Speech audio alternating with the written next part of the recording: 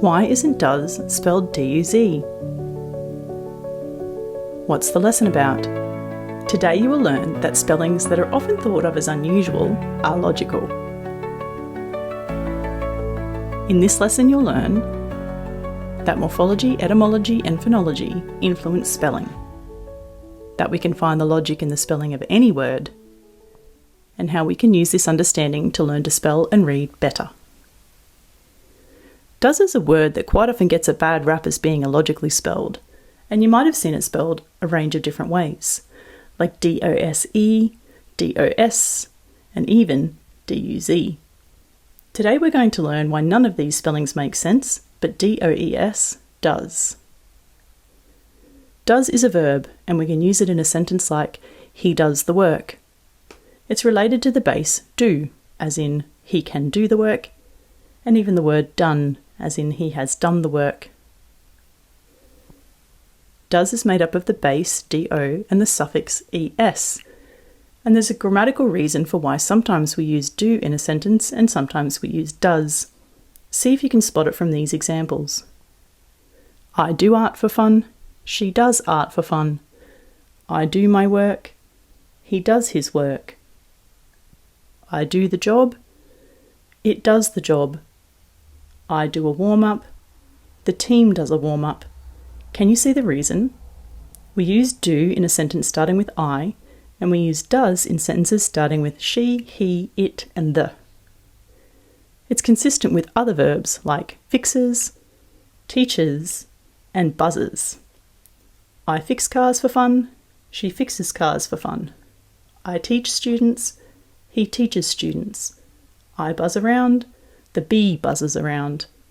All of these verbs use the es suffix. Does is made up of the base do and the suffixes es. We can also add ne and ing to start building new words. We can also add prefix elements like un and re. The way we spell does is perfectly rational when we consider the morphemes that make up the spelling. That's because of the word's morphology. The sounds in the word does and the way we say it is a bit unexpected, but the spelling is perfectly logical. The table we've just created is called a matrix. Say matrix.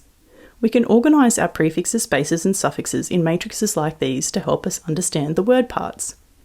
And if you've always felt like you're better at math than English, this might be for you, because from here we can write word sums. When we write word sums, we spell out the word using the letter names and pausing between morphemes, like do plus es is rewritten as does.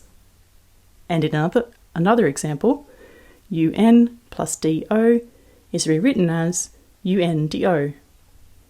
Or re plus do plus es is rewritten as redoes.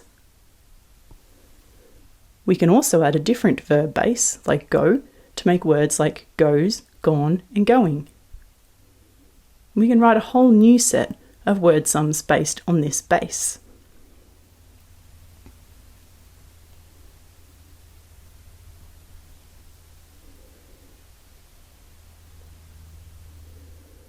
So to sum it all up, the big three influences on English spelling are morphology, or meaningful units in words, such as prefixes, bases and suffixes, etymology, the history and origin of words, and phonology, the sound properties of words.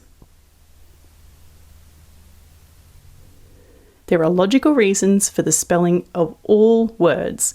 We just have to figure out which one it is. It's your turn. Pause the screen at 3 minutes 20.